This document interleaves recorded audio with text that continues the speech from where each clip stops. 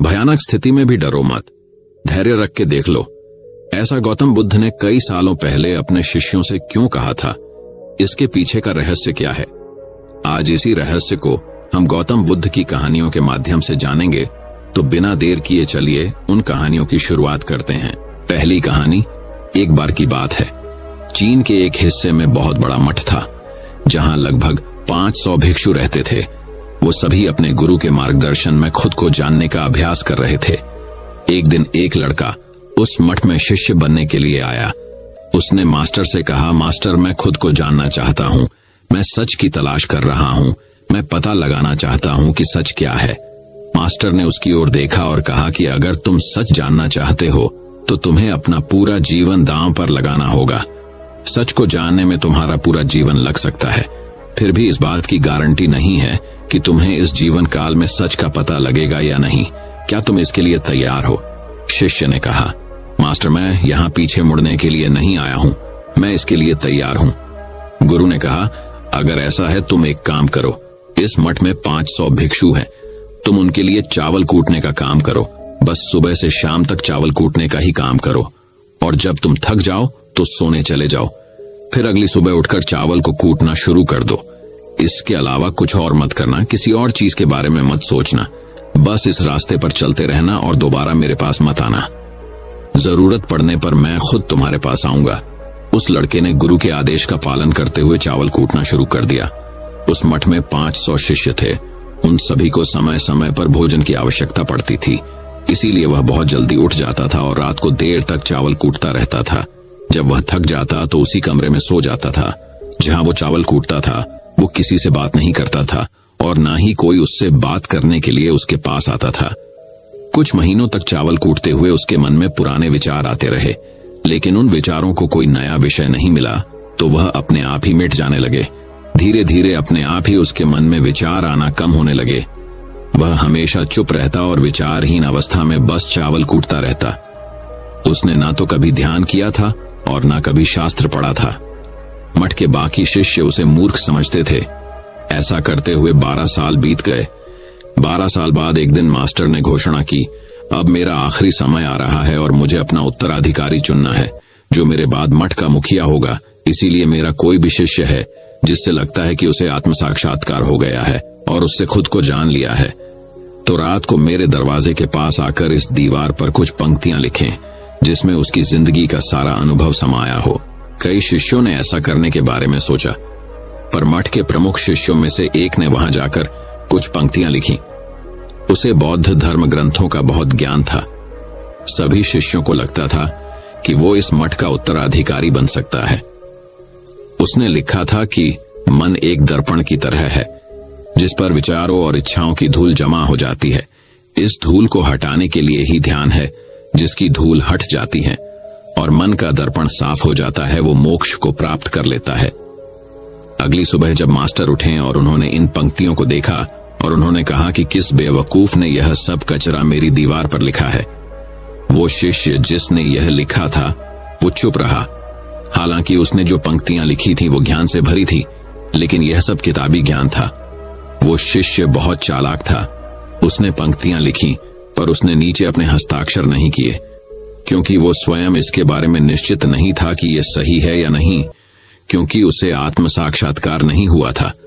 गुरु ने पंक्तियों को पूरी तरह से खारिज कर दिया। ये देखकर सभी हैरान रह गए। ये घटना पूरे मठ में चर्चा का विषय बन गई। इस विषय पर बात करते हुए 2 शिष्य उस शिष्य के पास से गुजरे जो 12 साल पहले यहाँ आया था और दिन रात चावल कूटता रहता था। दोनों की चर्चा सुनकर वह धीरे से हंस पड़ा। दोनों शिष्य ने उससे पूछा कि तुम क्यों हंस रहे हो? दोनों शिष्य की नजर में यह चावल कूटने वाला तुच्छ भिक्षु था। किसी ने उसे ना तो कभी ध्यान करते हुए देखा था, ना ही कभी शास्त्र पढ़ते हुए। हर कोई उसे मूर्ख समझता था जो बस चावल को ही जानता था। उस मठ में बहुत बड़े बड़े विद्वान थे, लेकिन उस चावल कूटने वाले को किसी से कोई मतलब नहीं था। इसीलिए वह दोनों शिष्य उसे मुस्कुराता हुआ देखकर चकित रह गए। उन्होंने फिर उससे पूछा कि तुम क्यों हंस रहे हो? उसने जवाब दिया, मैं इसीलिए हंसा कि मास्टर सही बोल रहे हैं। यह सब पंक्तियां कचरा है, इन पंक्तियों का कोई मूल्य नहीं है। वो दोनों शिष्य चौंक गए। उन्होंने उसे पूछा कि क्या तुम ऐसी पंक्तियां लिख सकते हो जो इससे भी बेहतर हो? चावल पीसने वाले ने जवाब दिया, नहीं, क्योंकि मैं अनपढ़ हूं, लेकिन हाँ, मैं कुछ पंक्तियां कह सकता हूं। अगर तुमने उन पंक्तियों को तुम लिख सकते हो तो मैं तुम्हारे साथ जाने के लिए तैयार हूं।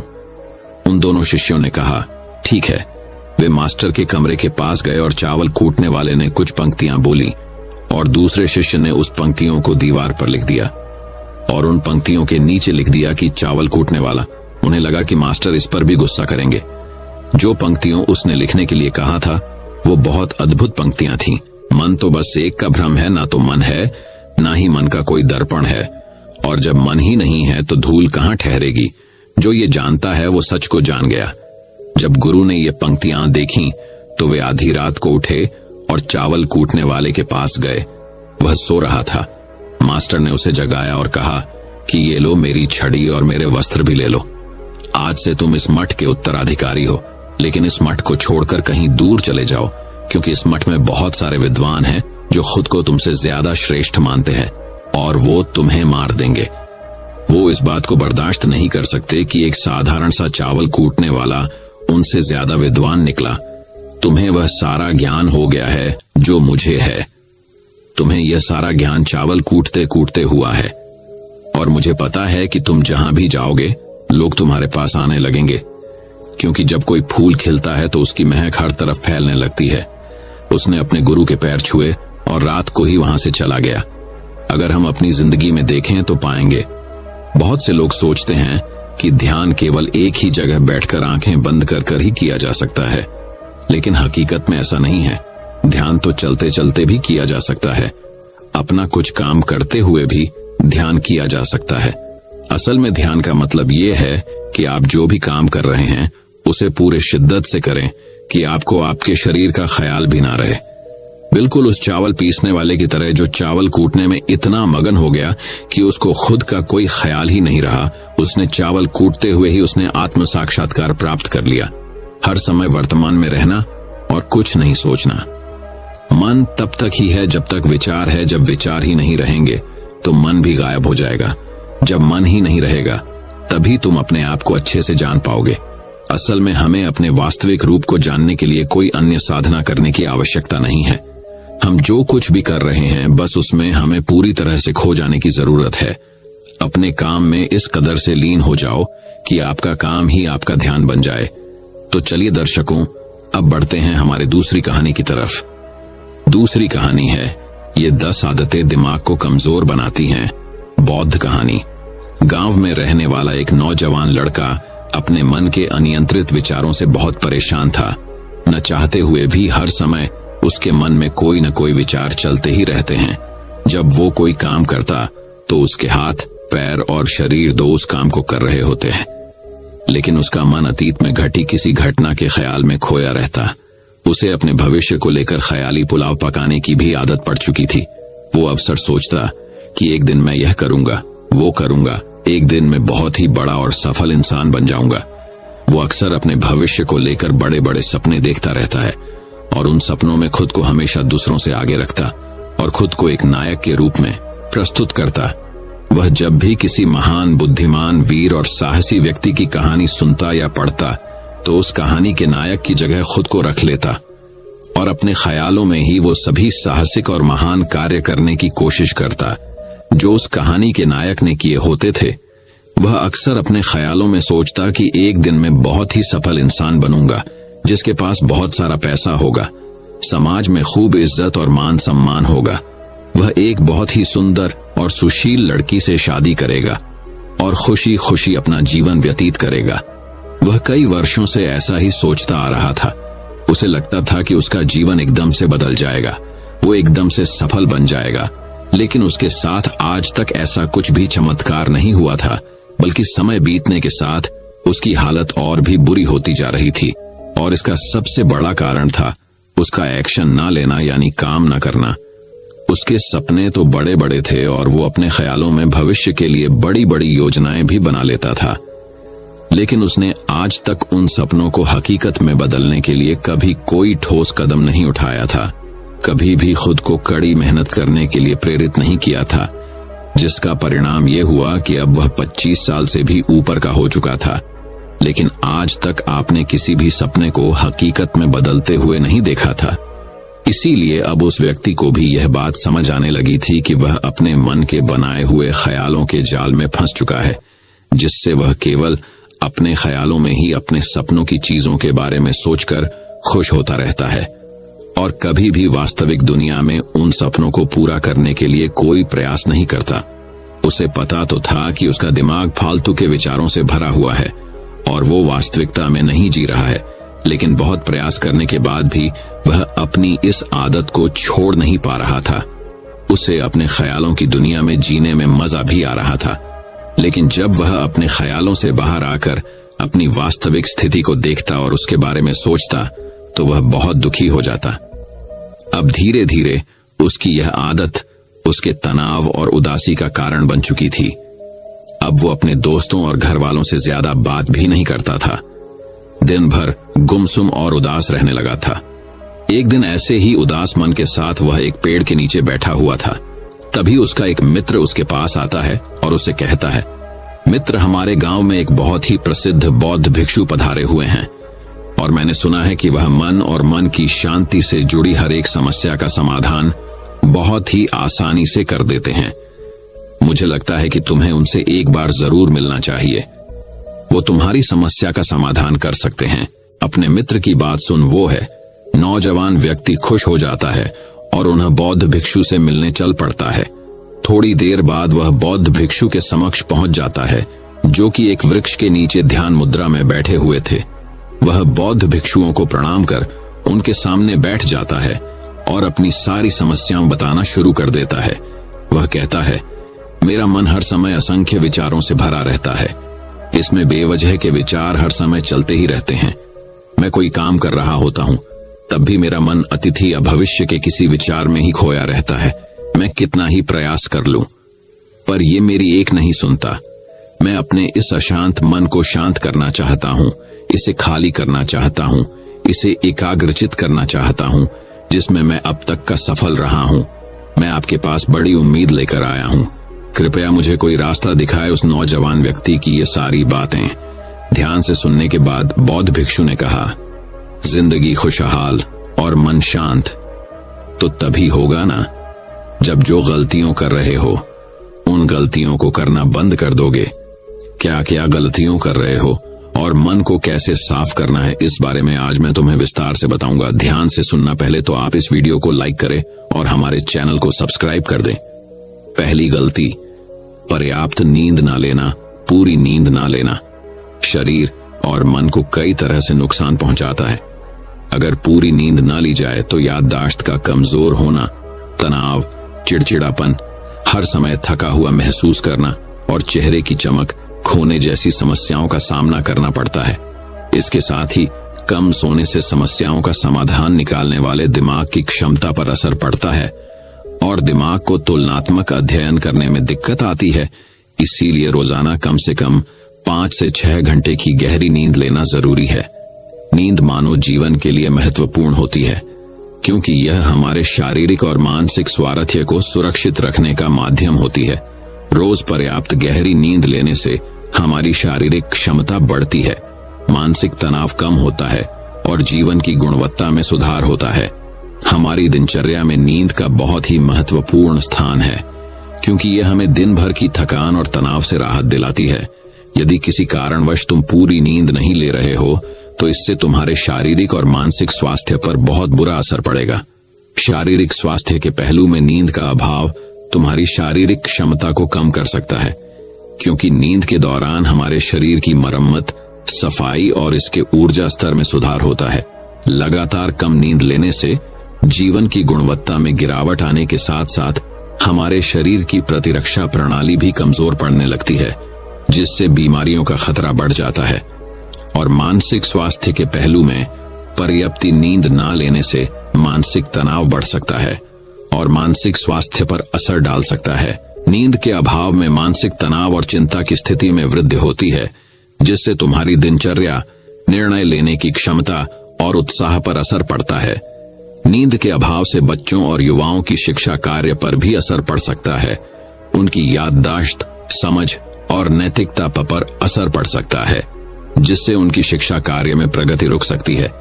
इसके साथ ही पूरी नींद ना लेना तुम्हारी व्यक्तिगत जीवन शैली पर भी असर डालता है। नींद की कमी से तुम्हारे ध्यान, समर्पण और रिश्तों में भी समस्याएं आ सकती हैं। संक्षेप में कहें तो हमारी शारीरिक और मानसिक स्वास्थ्य को बनाए रखने में नींद सबसे महत्वपूर्ण भूमिका निभाती है। अच्छी और गहरी नींद लेकर हम अपने जीवन की गुणवत्ता को सुधार सकते हैं और एक स्वस्थ व खुशहाल जीवन जी सकते हैं। दूसरी गलती, खाने की मात्रा और उसकी गुणवत्ता पर ध्यान न देना और कभी भी कुछ भी और कितना भी खा लेना। कुछ लोगों को ज्यादा मसालेदार, चटपटा और मीठा खाने की आदत होती है। उन्हें ज्यादा मैदे, चीनी और तेल से बने सामानों को खाने की आदत पड़ चुकी होती है। ऐसे लोगों को लगता है कि अगर जिंदगी में खाने को सीमित कर दिया तो फिर जीवन में बचा ही क्या, जिंदगी के मजे ही क्या, जैसे कि इंसान सिर्फ खाने के लिए ही इस दुनिया में जन्म लेता है। कुछ लोगों को हर समय खाते रहने की आदत पड़ चुकी होती है। भूख नहीं होती तब भी खाए जा रहे होते हैं।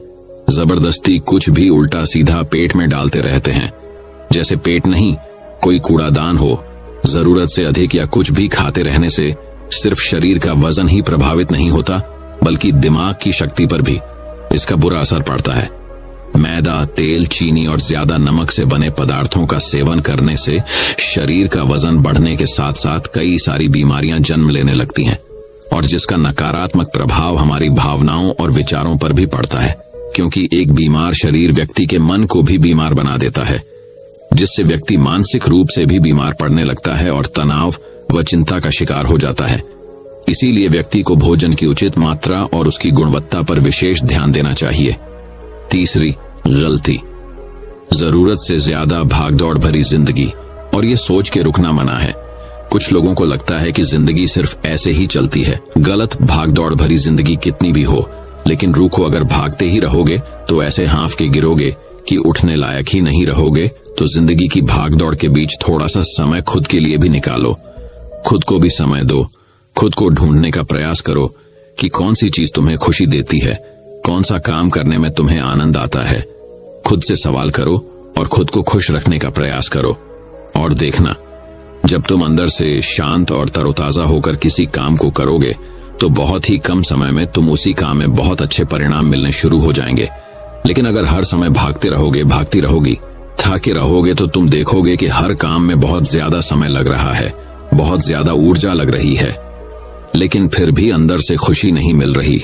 तो इतना भागना दौड़ना कोई जरूरी नहीं होता। ये तो बस इंसान के अंदर बचपन से ही एक प्रतियोगिता की भावना जगा दी जाती है, उसके आसपास के माहौल और उसके माता पिता के द्वारा। क्योंकि इतना भागना कोई जरूरी नहीं होता। शांति से भी जिंदगी को जिया जा सकता है, और शांत हुआ, स्थिर रहते हुए, आराम से प्रयास करके भी बड़ी बड़ी सफलताएं हासिल की जा सकती है।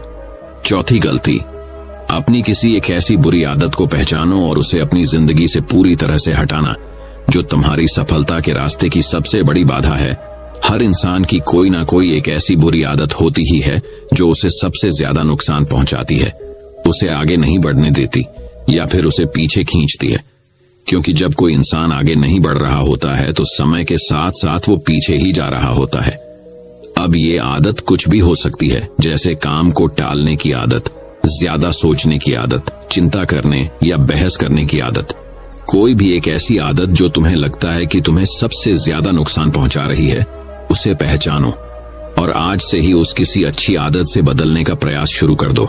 हालांकि आदतों को बदलना इतना आसान नहीं होता, लेकिन हर चीज को बदलना संभव है। अगर तुम्हारे अंदर वो मजबूत संकल्प और लचीलापन है और अगर तुम लगातार प्रयास करोगे तो तुम्हारी नई आदत बन जाएगी और पुरानी आदत अपने आप ही छोड़ जाएगी। पांचवी गलती, जरूरत से ज्यादा बड़े बड़े वादे करना। वादा जरूर करना चाहिए और अपने वादे का पक्का भी होना चाहिए, और वादा करने के बाद जो लोग उसे पूरा करते हैं उनके समाज में एक अलग इज्जत होती है। लोग उन्हें ज्यादा पसंद करते हैं। लेकिन हमें कभी भी ऐसे वादे नहीं करने चाहिए जिससे हम पूरा ही न कर सके या जिसे पूरा करने में हमें संदेह हो। साथ ही हमें ना कहना भी आना चाहिए। ये जरूरी नहीं कि हम दूसरों के हर काम को हाँ कहकर उनकी नजरों में हर समय अच्छा बनने का प्रयास करें। हमें मना करना भी आना चाहिए जितना तुम कर सकते हो, सिर्फ उतने का ही वादा करो, क्योंकि अगर तुम अपनी क्षमताओं से बाहर जाकर किसी को जबान दे दोगे तो फिर तुम खुद के ऊपर बहुत दबाव महसूस करोगे, तनाव से भर जाओगे और साथ ही सामने वाले की बेवजह की उम्मीदें भी तुमसे जुड़ जाएंगी। और जब तुम उसे पूरा नहीं कर पाओगे तो या तो तुम अपने आप पर बहुत ज्यादा दबाव डालोगे, उन्हें पूरा करने का, या फिर दूसरों की नजरों में बुरा बन जाओगे, जो फिर बाद में तुम्हारे अंदर और भी तनाव पैदा करेगा। तो जितना कर सकते हो, जितना आसान है तुम्हारे लिए उतना करो, फिर देखो कितना सुकून आता है जिंदगी में। छठी गलती, अंदर ही अंदर खुद की बुराई करना और खुद को कमजोर दूसरों से कम समझना। अगर तुम्हें खुद की बुराई करने की आदत है, हर समय अपने अंदर सिर्फ कमियां दिखती है, रोज अपने आप को कोसते हो, तो फिर तुम्हें बाहर के किसी दुश्मन की कोई जरूरत नहीं है, क्योंकि तुम अकेले ही अपने लिए काफी हो। अगर तुम्हें अपनी बुराई करने की आदत है तो इसे छोड़ दो, क्योंकि ऐसा करके तुमने अपनी जिंदगी को नर्क खुद ही बना रखा है। खुद को प्यार करो, दुलार करो, खुद को स्वीकार करो और खुद के बारे में सकारात्मक बोलो। अगर कुछ गलती भी हो गई है तो खुद से बोलो कि अच्छा हुआ मुझे इस गलती का एहसास अभी हो गया। मैं एक ऐसा इंसान हूं जो अपनी गलतियों से सीखता है और आगे बढ़ जाता है। तो कहने का मतलब ये है कि गलती में भी खुद को लगातार कोसने या खुद को अपनी नजरों में गिराने की बजाय गलतियों से सीखकर आगे बढ़ने वाला इंसान बनो, क्योंकि अंदर ही अंदर खुद की बुराई करना और खुद को कोसना इंसान को ऐसी जंजीरों में बांध देता है कि फिर वह उसे तोड़ नहीं पाता और वही पड़ा पड़ा मानसिक रूप से सड़ता रहता है। तो अगर यह तुम्हारे अंदर है खुद की बुराई करना, तो इसे जल्दी से जल्दी छोड़ो, तभी जिंदगी खूबसूरत बनेगी। सातवीं गलती, दिमाग को अतीत की बुरी यादों और नकारात्मक भावनाओं से भर कर रखना। अतीत में कुछ गलत घटना घट गई थी, उसकी बुरी यादों को इकट्ठा किए हुए है। सालों पहले किसी ने कुछ गलत बोल दिया था, उसकी बातों को आज भी मन में लेकर ढो रहे हैं। किसी काम में सफलता मिल गई थी, उसे लेकर आज भी दुख मना रहे हैं। जब कोई इंसान दिमाग में इतना सारा बोझ, इतनी सारी नकारात्मक भावनाएं लेकर चलेगा तो फिर वह खुश और शांत कैसे रह पाएगा। इसीलिए अपने मन, अपने दिमाग को साफ करो, शरीर से सीखो। शरीर रोज अपने आप को साफ करता है। सुबह उठते ही ये अपने अंदर की सारी गंदगी को मल मूत्र के द्वारा बाहर निकाल देता है। तो ऐसे ही दिमाग की गंदगी को भी हर दिन बाहर निकालो। रोज रात में सोने से पहले सारी की सारी जो अंदर उथल पुथल है, नाराजगी है, शिकायतें हैं, अपने आप से, दूसरों से सब साफ करो। इसके साथ ही हर सुबह कुछ समय निकालकर ध्यान और प्राणायाम का अभ्यास करो। जिंदगी बहुत ज्यादा खुशहाल बन जाएगी। आठवीं गलती, अवास्तविक अपेक्षाएं या उम्मीदें रखना। उम्मीद या अपेक्षाएं रखना हम इंसानों का स्वभाव है, लेकिन जब अपेक्षाएं बेबुनियादी और जरूरत से अधिक हो जाती है तो फिर ये हमें हर समय तनाव में रखती है, दूसरों से भी लड़ाई झगड़े करवाती है और फिर हम अपनी जिंदगी से असंतुष्ट रहना शुरू कर देते हैं। हमें अपने जीवन की नकारात्मक चीजें ज्यादा नजर आने लगती हैं और हमें लगने लगता है कि हमारी इच्छाएं तो कभी पूरी होंगी ही नहीं। अधूरी इच्छाओं का एक पूरा बोझ हम अपने सर के ऊपर रख लेते हैं और ऐसा लगने लगता है कि हम बोझ तले दबते जा रहे हैं। जिंदगी से निराशा होने लगती है, लक्ष्य को पाने का मन नहीं करता, अच्छे संबंध बनाने का मन नहीं करता, अच्छा खाना खाने का मन नहीं करता, कहीं आने जाने का मन नहीं करता। पूरी तरह से एक तनाव और उदासी भरा माहौल अपने आसपास बना लेते हैं। इसीलिए अवास्तविक और बेवजह की उम्मीदें रखना बहुत गलत है। हमेशा वास्तविक और सही उम्मीदें ही रखनी चाहिए और हमेशा मान के चलो कि इन वास्तविक उम्मीदों के साथ भी कुछ उलटफेर हो सकती है। जैसे होते होते भी कई बार काम नहीं हो पाएंगे और ये सारी घटनाएं आम बात है। जो आज नहीं हो पाया वो कल हो जाएगा, जो कल नहीं हो पाएगा वो परसों हो जाएगा। उम्मीद में दुनिया कायम है, लेकिन अपने आप को किसी भी हालत में चिंता और तनाव में नहीं लाना है। शांत और स्थिर रहना है। गलती बुरे लोगों या बुरे रिश्तों से दूरी न बना पाना। अगर रिश्ते हो तो अच्छे हो, इसमें प्रेम हो, परवाह हो, सम्मान हो, लेकिन अगर किसी स्वार्थी और चालक व्यक्ति के साथ तुम्हारा रिश्ता बन गया है जो रोज रोज का सिरदर्द बना हुआ है, रूठना मनाना यही चलता रहता है।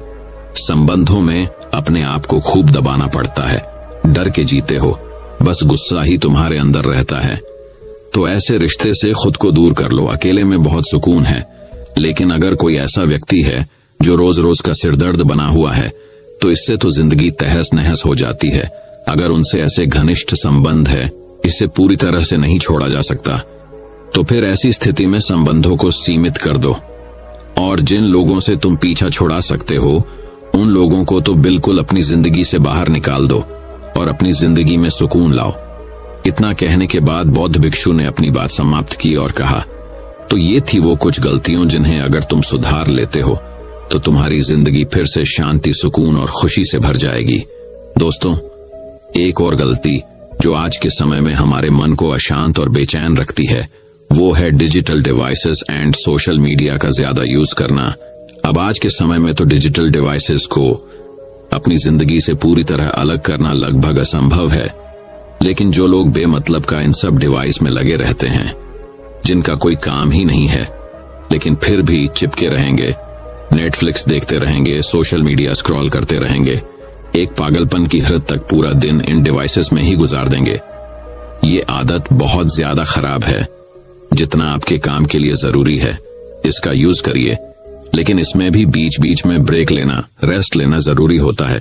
नहीं तो ये है आपके अंदर की बहुत सारी चीजों को खराब कर देगा। आपके चेहरे की चमक कम हो जाती है, आपकी नींद पर भी असर पड़ता है, यह आपके अंदर ज्यादा सोचने की आदत बढ़ाकर तनाव पैदा कर देता है। इसीलिए आपको जितना हो सके इनसे दूरी बनाकर रखना है, क्योंकि कुछ चीजों को तो हम बिल्कुल छोड़ सकते हैं, जैसे जंक फूड, लेकिन डिजिटल डिवाइसेस को पूरी तरह से छोड़ना प्रैक्टिकली पॉसिबल नहीं है, क्योंकि आजकल सब कुछ टेक्नोलॉजी से जुड़ा हुआ है। और अगर हम कंप्लीट डिजिटल डिटॉक्स कर लेंगे तो फिर हम अपने लाइफ में आगे नहीं बढ़ पाएंगे। इसीलिए इसको पूरी तरह से छोड़ना नहीं, लिमिट करना है। तो दोस्तों, उम्मीद करता हूं आपको इस कहानी से एक अच्छी सीख मिली होगी। तो चलिए बढ़ते हैं हमारी तीसरी कहानी की तरफ। तीसरी कहानी, ऐसी कहानी जो आपकी सोच बदल देगी। दुनिया में दो तरह के लोग होते हैं। एक वे जो छोटी सी प्रॉब्लम आने पर घबरा जाते हैं और दुखी हो जाते हैं। दूसरे वह लोग होते हैं, चाहे कितनी भी बड़ी मुश्किलें उनकी जिंदगी में आ जाए, लेकिन वह हमेशा खुश रहते हैं, हर प्रॉब्लम में अपने आप को संभाल लेते हैं। एक वे जो जिनके पास सब कुछ होते हुए भी, लेकिन फिर भी वह हमेशा दुखी दिखते हैं। आपको हमेशा वे दुखी ही मिलेंगे। और दूसरे वे जिनके पास कुछ हो या ना हो, लेकिन वह आपको हमेशा खुश दिखते हुए मिलते हैं, मुस्कुराते हुए मिलते हैं। आज हम ऐसे ही एक के बारे में बात करेंगे। यह कहानी ऐसी है कि आपके जीवन में हजारों मुश्किलें या बड़ी परेशानियां क्यों ना आ जाएं, लेकिन यह कहानी आपको हर मुश्किल में रहना और मुस्कुराना सिखा देगी। आज मैं आप सभी को एक सुनाऊंगा। इसमें बहुत अच्छा एक संदेश दिया गया है जो आपको आपकी जीवन में बहुत काम आएगा। दुनिया में दो तरह के लोग होते हैं। एक वे जो छोटी सी प्रॉब्लम आ जाने पर घबरा जाते हैं और दुखी हो जाते हैं। दूसरे वह लोग होते हैं, चाहे कितनी भी बड़ी मुश्किलें उनकी जिंदगी में आ जाए, लेकिन वह हमेशा खुश रहते हैं, हर प्रॉब्लम में अपने आप को संभाल लेते हैं। एक वे जो जिनके पास सब कुछ होते हुए भी, लेकिन फिर भी वह हमेशा दुखी दिखते हैं। आपको हमेशा वे दुखी ही मिलेंगे। और दूसरे वे जिनके पास कुछ हो या ना हो, लेकिन वह आपको हमेशा खुश दिखते हुए मिलते हैं, मुस्कुराते हुए मिलते हैं। आज हम ऐसे ही एक के बारे में बात करेंगे। ये कहानी ऐसी है कि आपके जीवन में हजारों मुश्किलें या बड़ी परेशानियां क्यों ना आ जाएं, लेकिन यह कहानी आपको हर मुश्किल में रहना और मुस्कुराना सिखा देगी। एक फकीर एक देश की यात्रा पर निकला। जब रास्ते में रात हो गई तो वे एक व्यक्ति घर रुक गया। उस व्यक्ति का नाम था आनंद। आनंद ने उस फकीर की खूब सेवा की और दूसरे दिन आनंद ने फकीर को उपहार देकर विदा किया। वह फकीर आनंद की सेवा से बहुत खुश हो गया और दुआएं देने लगा कि हे भगवान, आनंद को हमेशा खुश रखना और वह हमेशा दिन प्रतिदिन आगे बढ़ता ही रहे। इस बात पर आनंद हंसने लगा और फकीर से आनंद बोला, हे फकीर जो है वह भी अब नहीं रहने वाला। इस बात पर फकीर आनंद की तरफ देखता ही रहा और वहां से आगे चला गया। कुछ साल बाद फिर फकीर आनंद के घर आया और देखा सारा धन और सारी संपत्ति सब कुछ चला गया है। आनंद एक गांव के ही बड़े जमींदार के यहाँ नौकरी कर रहा है। वह फकीर आनंद से मिलने के लिए वहां चला गया। आनंद ने उस अभाव में ही उस फकीर का स्वागत किया और झोपड़ी में ही फटी चटाई पर ही बैठाया। उसके पास खाने के लिए जो रुखी सुख रोटी थी वह खाने के लिए फकीर को दे दिया। जब फकीर वहां से जाने लगा तो उसकी आंख में आंसू थे और फकीर कहने लगा, हे भगवान, तुमने ये क्या किया? तो आनंद फिर हंसा और कहने लगा, अरे फकीर, तू क्यों दुखी हो रहा है? ईश्वर हमें जिस हाल में भी रखें, हमें हमेशा खुश रहना चाहिए, उसे धन्यवाद देना चाहिए। समय सदा बदलता रहता है और इतना ही नहीं, यह भी नहीं रहने वाला है। इस पर फकीर सोचने लगा कि मैं तो केवल वेश से ही फकीर हूं, लेकिन सच्चा फकीर तो तुम हो आनंद। कुछ साल बाद फकीर फिर से यात्रा पर निकला और आनंद से मिला और देखा तो देखता ही रह गया, क्योंकि सब कुछ बदल चुका था। आनंद अब जमींदारों का जमींदार बन चुका था। उसे मालूम हुआ आनंद जिस जमींदार के यहाँ नौकरी कर रहा था उसकी कोई संतान नहीं थी और अपनी सारी संपत्ति और जायदाद आनंद को दे दी। फकीर बहुत खुश हो गया और आनंद से कहा, अच्छा हुआ वह जमाना गुजर गया, भगवान करे अब तुम ऐसा ही बने रहो। यह सुनकर आनंद फिर हंसने लगा और कहने लगा, फकीर, अभी भी तेरी नादानी बनी हुई है। फकीर ने फिर आनंद से पूछा, क्या यह भी नहीं रहने वाला? तो आनंद ने उत्तर दिया, हाँ, या तो ये चला जाएगा या फिर इसको अपना मानने वाला ही चला जाएगा। यहाँ पर कुछ भी रहने वाला है ही नहीं। अगर कोई चीज शाश्वत है तो वह है हमारी आत्मा, वह है हमारी मन की शांति, वह है हमारे मन का सुकून, और बाकी जो कुछ भी है वह हमेशा रह नहीं सकता। फकीर ने आनंद की बातों को बहुत ही ध्यान से सुना और वापस चला गया। जो होता है उसे स्वीकार करो। कुछ सालों के बाद फिर फकीर जब उस गांव से गुजरा तो आनंद का महल तो है, लेकिन उसमें आनंद ही नहीं है। उसमें कबूतर गुटरगू कर रहे हैं। आनंद अब इस दुनिया में नहीं रहा, उसकी मृत्यु हो चुकी थी। वह फकीर मन ही मन सोचने लगा कि यह एक इंसान जिंदगी भर कितना दौड़ता रहता है और रोता रहता है, दुखी होता रहता है। जिन चीजों के लिए इंसान तड़पता रहता है, दुखी होता रहता है, वास्तव में वह चीज जो हमेशा रहने वाली है ही नहीं, वे सारी चीजें बदलने वाली हैं। यह कहानी यह शिक्षा देती है कि हमारे जिंदगी में जब भी कोई मुश्किल, तकलीफ या दुख आए तो हमें यह सोचना चाहिए कि जिंदगी में इससे पहले मुश्किलें या उलझनें आईं तो क्या वे हमेशा रुकी रहीं? जैसे सारी मुश्किलें आकर चली गई, वैसे ही यह भी मुश्किल चली जाएगी। यह भी हमेशा रहने वाली नहीं है। तो आप हमेशा याद रखिए कि जिंदगी में कितना भी बड्ढा दुहक क्यों ना हो, वह हमेशा रहने वाली नहीं है। ये दुहक भी चले जाएंगे। एक बार अकबर ने बीरबल से कहा कि बीरबल, आज कुछ ऐसा लिखो कि जब मैं खुशी में पढ़ूं तो दुहक और जब दुहक में पढ़ूं तो खुशी हो। तो बीरबल ने लिखा, यह वक्त भी बीत जाएगा। ये एक ऐसा वाक्य है, जब इसे खुशी में पढ़ेंगे तो दुहक होगा और दुहक में पढ़ेंगे तो खुशी होगा। मुझे उम्मीद है कि आप सभी को आज की यह कहानी बहुत पसंद आई होगी। यदि पसंद आया हो तो कृपया आप इस कहानी को सबके साथ में शेयर जरूर करें।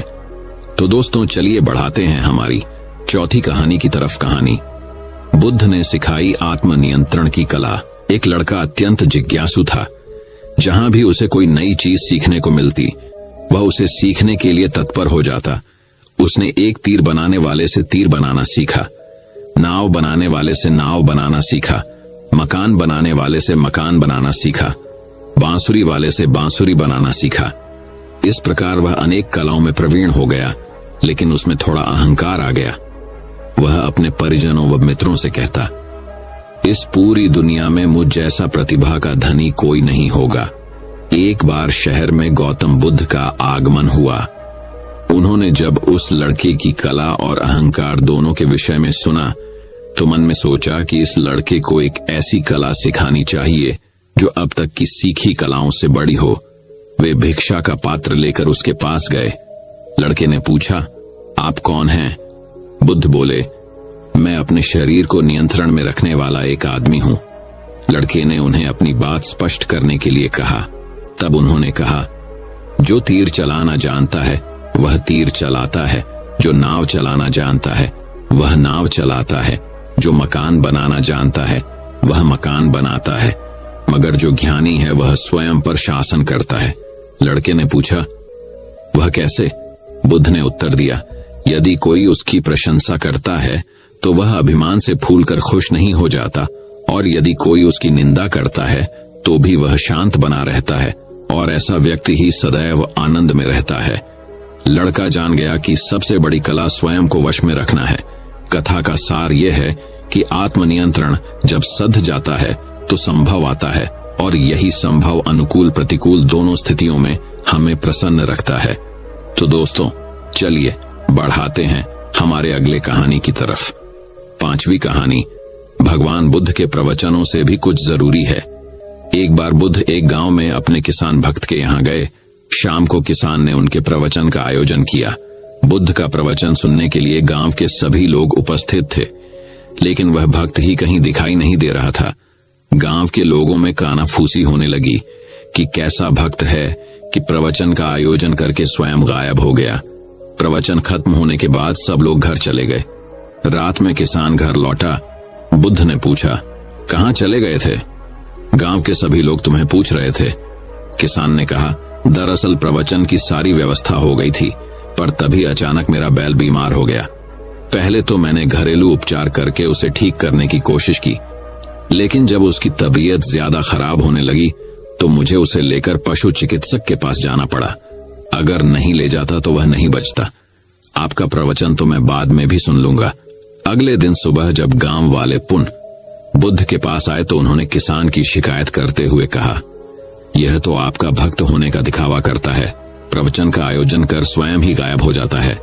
बुद्ध ने उन्हें पूरी घटना सुनाई और फिर समझाया। उसने प्रवचन सुनने की जगह कर्म को महत्व देकर यह सिद्ध कर दिया कि मेरी शिक्षा को उस बिल्कुल ठीक ढंग से समझा है। उसे अब मेरे प्रवचन की आवश्यकता नहीं है। मैं यही तो समझाता हूं कि अपने विवेक और बुद्धि से सोचो कि कौन सा काम पहले किया जाना जरूरी है। यदि किसान बीमार बैल को छोड़कर मेरा प्रवचन सुनने को प्राथमिकता देता तो दब बगैर बैल के प्राण निकल जाते। उसके बाद तो मेरा प्रवचन देना ही व्यर्थ हो जाता। मेरे प्रवचन का सार यही है कि सब कुछ त्याग कर प्राणी मात्र की रक्षा करो। इस घटना के माध्यम से गांव वालों ने भी उनके प्रवचन का भाव समझ लिया।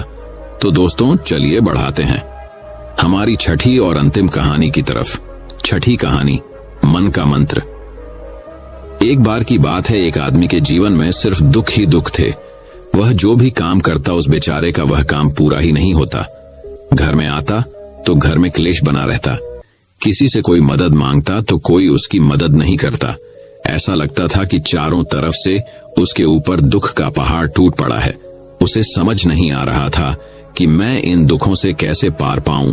वह दिन रात यही सोचता रहता था कि अपने दुखों से छुटकारा कैसे पाना है। इसी कारण से वह रात में सो भी नहीं पाता था।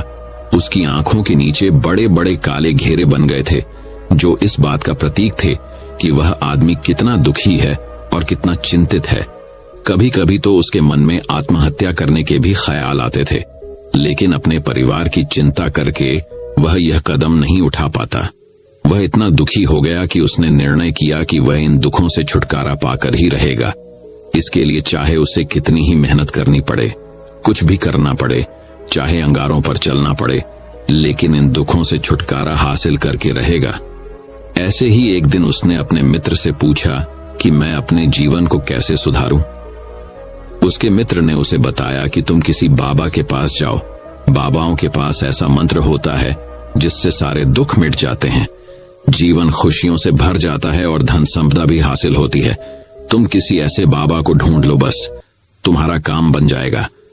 उस आदमी के मन में यह बात पूरी तरह से पक्की बैठ गई कि कोई बाबा ही मेरा दुख दूर कर सकता है, और इसीलिए उसे किसी भी बाबा के बारे में पता चलता तो वह उस बाबा के पास पहुंच जाता, उस बाबा को अपनी समस्या बताता और उससे उसका समाधान पूछता और कहता कि बाबा, मैं कुछ भी करने के लिए तैयार हूं, लेकिन मेरी इन समस्याओं से मुझे छुटकारा दिला दीजिए।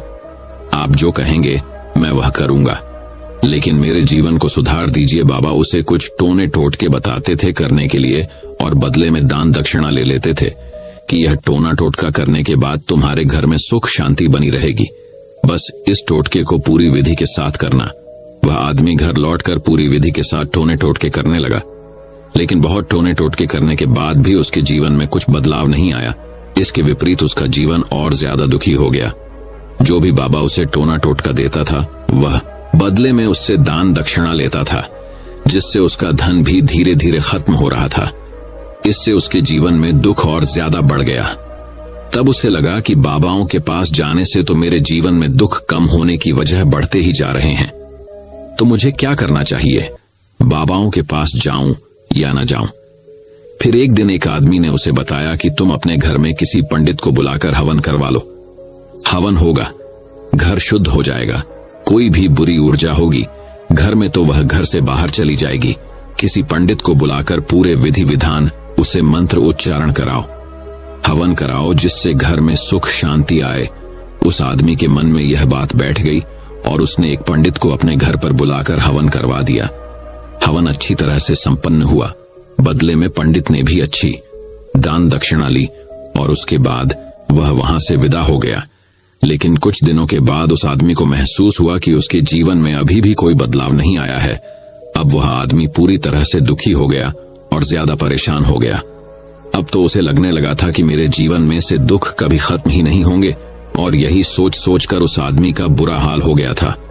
फिर एक दिन उसे अपने मित्र से एक ऐसे बाबा के बारे में पता चला जो समाधान बताने के लिए कोई दान दक्षिणा नहीं लेता था। उस आदमी को लगा कि यह बाबा दूसरे बाबाओं की तरह नहीं हो सकता, क्योंकि यह तो दान दक्षिणा लेता ही नहीं, और अगर दान दक्षिणा नहीं लेता तो यह सच में कोई सिद्ध बाबा होगा। और यही सोचकर वह उस बाबा के पास पहुंच जाता है। जब वह आदमी वहां पर पहुंचता है तो वह बाबा ध्यान में बैठे हुए थे। यह देखकर वह आदमी वहीं पर चुपचाप बैठकर ध्यान से बाहर आने का उनका इंतजार करने लगा। थोड़ी देर बाद बाबा ने आंखें खोली तो सामने एक दुखी और परेशान युवक को बैठे देखा।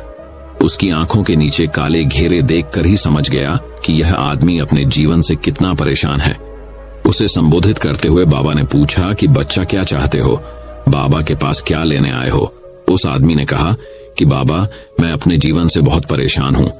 मैंने इन दुखों को दूर करने के लिए बहुत सारे रास्ते अपनाए, हर वो तरकीब करके देखें जो किसी बाबा ने मुझे बताई, हर वो काम किया जो कोई भी इंसान ने मुझसे करने को कहा, लेकिन मेरे जीवन में दुखों में कोई कमी नहीं आई बाबा। इसके विपरीत मेरे जीवन में दुखों में बढ़ोतरी हो गई है। मुझे समझ में नहीं आ रहा है कि मैं क्या करूं। कभी कभी तो मैं आत्महत्या करने की सोचता हूं, लेकिन मैं अपने परिवार की सोच कर मैं यह कदम नहीं उठाता हूं। मैंने आपके बारे में बहुत सुना है बाबा, और मैं बहुत उम्मीद के साथ आपके पास आया हूं। कृपया करके मुझे कोई ऐसा मार्ग बताएं जिससे मुझे अपने दुखों से छुटकारा मिल जाए। मैं अपने दुखों से छुटकारा पाने के लिए कुछ भी करने को तैयार हूं। आप मुझे कोई भी रास्ता बताएं, चाहे वह रास्ता कितना ही कठिन क्यों ना हो, मैं उसको पार करके रहूंगा। बाबा ने महसूस किया कि आदमी तो सच में बहुत परेशान है। बाबा ने उसकी बात सुनकर कहा कि बच्चा, दुखों को दूर करने के लिए मंत्र ऐसे ही नहीं मिलते हैं। मंत्र पाने के लिए कुछ करना पड़ता है। तुम कुछ कर सकते हो। यह सुनकर पहले तो उस आदमी ने सोचा कि यह बाबा भी मुझसे दान दक्षिणा मांगेंगे, लेकिन और कोई रास्ता न पाकर उस आदमी ने कहा, बाबा, आपको जितना भी दान दक्षिणा चाहिए मैं देने के लिए तैयार हूं, लेकिन आपका मंत्र सच्चा होना चाहिए, वह पूरा होना चाहिए, उसका फल मुझे मिलना चाहिए। उसके बाद मैं आपको जो भी दान दक्षिणा लेना चाहते हो मैं आपको दे दूंगा। बाबा ने कहा, दान दक्षिणा तो बहुत छोटी चीज है, मुझे वह नहीं चाहिए। इस पर वो आदमी सोच विचार करके बोला, तो बाबा, मैं अंगारों पर भी चलने के लिए तैयार हूं, आप मुझे बस आज्ञा दीजिए। बाबा ने कहा कि अंगारों पर चलने वाली छोटी चीज मैं तुमसे नहीं कराने वाला हूं। मैं जो तुमसे कराने वाला हूं वह बहुत कठिन मंत्र है, उसे पूरा कर पाओगे। उसने कहा, बाबा, आप मुझे बताइए तो सही, मुझे करना क्या होगा? मैं कुछ भी करने के लिए तैयार हूं। इस पर बाबा ने उसे कहा कि यहां से जब तुम अपने घर जाओ तो रास्ते में अपने मन में ये दोहराते जाना कि मैं सुखी हूं, मैं सुखी हूं। बार बार अपने मन में यही दोहराना, और याद रहे जुबान पर, ये नहीं आना चाहिए, ये सिर्फ मन में दोहराना है। ये सुनकर वो आदमी बोला, बाबा, बस इतनी सी बात, ये तो मैं चुटकी बजाते कर लूंगा, लेकिन इससे होगा क्या? बाबा बोले कि इस मंत्र को करके तो देखो, वैसे भी तुमने इतने बाबाओं के मंत्र किए हैं, तो इस मंत्र को भी करके देख लो। उस आदमी ने सोचा कि बाबा कुछ दान दक्षिणा तो ले नहीं रहे हैं, और छोटा सा मंत्र है, इससे तो मैं कर ही लूंगा। वो बोला, ठीक है बाबा, मैं यह मंत्र जरूर करूंगा। और वो आदमी यह कहकर वहां से चलने लगा। लेकिन जैसे ही वह चलने लगा, पीछे से बाबा ने बोला कि बच्चा, एक बात याद रखना, जब तुम यह मंत्र अपने मन में दोहराना तो तुम्हारे मन में बंदर के विचार नहीं आने चाहिए।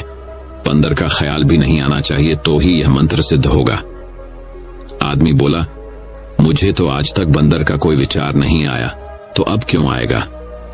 आप चिंता मत करिए बाबा, मैं बस मन में यही दोहराऊंगा कि मैं सुखी हूं, मैं सुखी हूं। इसके अलावा बंदर का कोई भी विचार मेरे मन में नहीं आएगा। यह कहकर वह आदमी वहां से चल देता है। वह अपने मन में मैं सुखी हूं, मैं सुखी हूं, यह दोहराता हुआ थोड़ी दूर ही चला था कि उसके मन में अचानक बंदर का ख्याल आ गया। बंदर का ख्याल एक बार आया और चला भी गया, लेकिन उस आदमी ने सोचा, आज तक तो मुझे बंदर का कोई भी विचार नहीं आया, यह आज बंदर का विचार क्यों आ गया? और ऐसे करके उसने उस बंदर के विचार को पकड़ लिया और यह भूल गया कि मुझे क्या मंत्र दोहराना है, और वह बंदर के बारे में सोचने लगा। जब थोड़ी देर बाद फिर से उसे होश आया तो वह फिर से अपना वही मंत्र दोहराने लगा जो बाबा ने उसे बताया था, मैं सुखी हूं, मैं सुखी हूं। लेकिन अचानक से उसे एक बंदर दिखाई दिया और यह देखकर फिर से उसके मन में बंदर का विचार उठ गया, और यह देखकर वह इस विचार को बाहर फेंकना चाहता था, और वह चाहता था कि मेरे अंदर किसी तरह से बंदर का विचार ना आए, लेकिन उसे तो सामने बंदर ही दिखाई दिया। ऐसे ही जद्दोजहद करते करते घर पर पहुंचा, और घर पर पहुंचने के बाद अपनी पत्नी को कहा कि हे बंदरिया, मुझे खाने में बंदर परोस दो।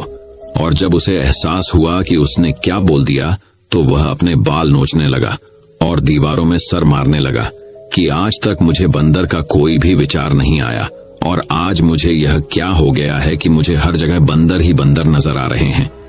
यह कैसी माया है? यही सोच सोचकर वह आदमी रात भर सो नहीं पाया।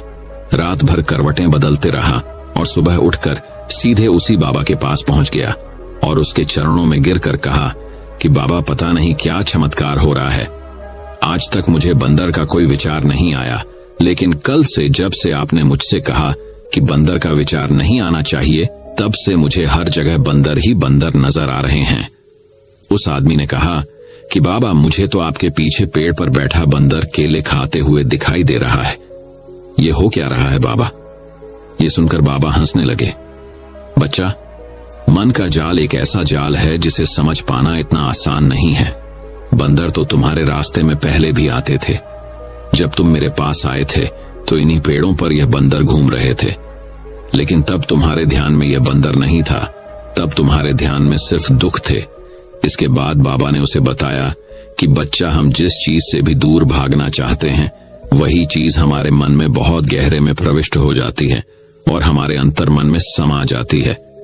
असल में हम जिस चीज से छुटकारा पाना चाहते हैं उससे छुटकारा इसीलिए पाना चाहते हैं कि वह हमारे साथ बहुत गहरे से जुड़ी हुई है, और हम जितना ही उससे छुटकारा पाना चाहते हैं वह उतनी ही गहरी हमारे मन में बैठती चली जाती है और आखिरकार हमारे अंतर मन में छा जाती है। ऊपर से तो हम चाहते हैं सुखी होना कि मैं सुखी हूं, सुखी हूं, हमारे होंठ भी यही बोलते रहते हैं, लेकिन हमारे मन में दुख समाये होते हैं।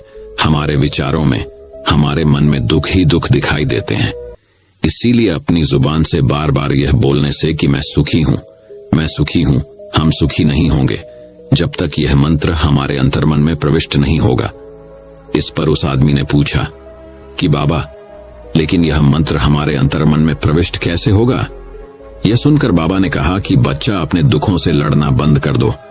जब तक तुम अपने दुखों को दूर करने की सोचते रहोगे तब तक वो दुख तुमसे चिपके रहेंगे, तब तक वो दुख तुम्हारे अंतर्मन पर अपना राज बनाए बैठे रहेंगे, और जिस दिन तुम उन दुखों के बारे में सोचना ही छोड़ दोगे, उन दुखों से छुटकारा ही नहीं पाना चाहोगे, उसी दिन से तुम्हारे जिंदगी से दुख गायब हो जाएंगे। क्योंकि किसी भी चीज से छुटकारा पाने के लिए हमें उस चीज के बारे में सोचना पड़ता है, और हम जितना ही उस चीज के बारे में सोचते हैं वह उतनी ही गहरी हमारे मन में प्रविष्ट होती चली जाती है। हम अधिकतर समय दुखों के बारे में ही सोचते हैं। हम यही सोचते हैं कि हमारे जीवन में दुख है और हमें इससे छुटकारा पाना है। इसी वजह से बार बार सोचने से वो दुख हमारे अंतर मन में प्रविष्ट हो जाते हैं और हमें एहसास भी नहीं होता। इसीलिए अगर तुम दुखों से छुटकारा पाना चाहते हो तो दुखों से छुटकारा पाने के बारे में सोचना छोड़ दो, तुम्हें दुखों से छुटकारा मिल जाएगा। अक्सर आदमी धूम्रपान छोड़ना चाहता है, शराब छोड़ना चाहता है, सुबह अपने आप से यह वादा करता है कि मैं कोई भी गलत काम नहीं करूंगा, लेकिन शाम को जब लौटता है तो नशे में चूर होकर लौटता है। ऐसा क्यों होता है? जो हम सोच रहे हैं वह पूरा कर ही नहीं पा रहे हैं। असल में हम उस चीज को बहुत ज्यादा तवज्जो दे रहे हैं, उस चीज को बहुत ज्यादा अहमियत दे रहे हैं। जब भी हम उस चीज को छोड़ने के बारे में सोचते हैं तो हम उसकी इंपॉर्टेंस यानी कि विशेषता और ज्यादा बढ़ा देते हैं। हमारा मन उस चीज के बारे में जितना ज्यादा सोचेगा, शराब या धूम्रपान छोड़ने के बारे में जितना ज्यादा सोचेगा, हमारा मन उतना ही उस चीज के पीछे ज्यादा भागेगा। हमें उस चीज से लड़ना नहीं है, बल्कि बिना सोचे गुजर जाना है। और अगर हम इस मंत्र को समझ लेते हैं तो हम अपने जीवन में जो भी पाना चाहते हैं उसे अपने अंतर्मन में डाल सकते हैं। और एक बार वो लक्ष्य हमारे अंतर्मन में बैठ जाता है तो फिर सफलता पाने में कोई समस्या नहीं आती, कोई दिक्कत नहीं आती। तो दोस्तों, कैसी लगी आपको ये कहानी? दोस्तों, मैं उम्मीद करता हूं कि ये कहानी सुनने से आपके जीवन में अच्छे बदलाव आए होंगे। आपको इस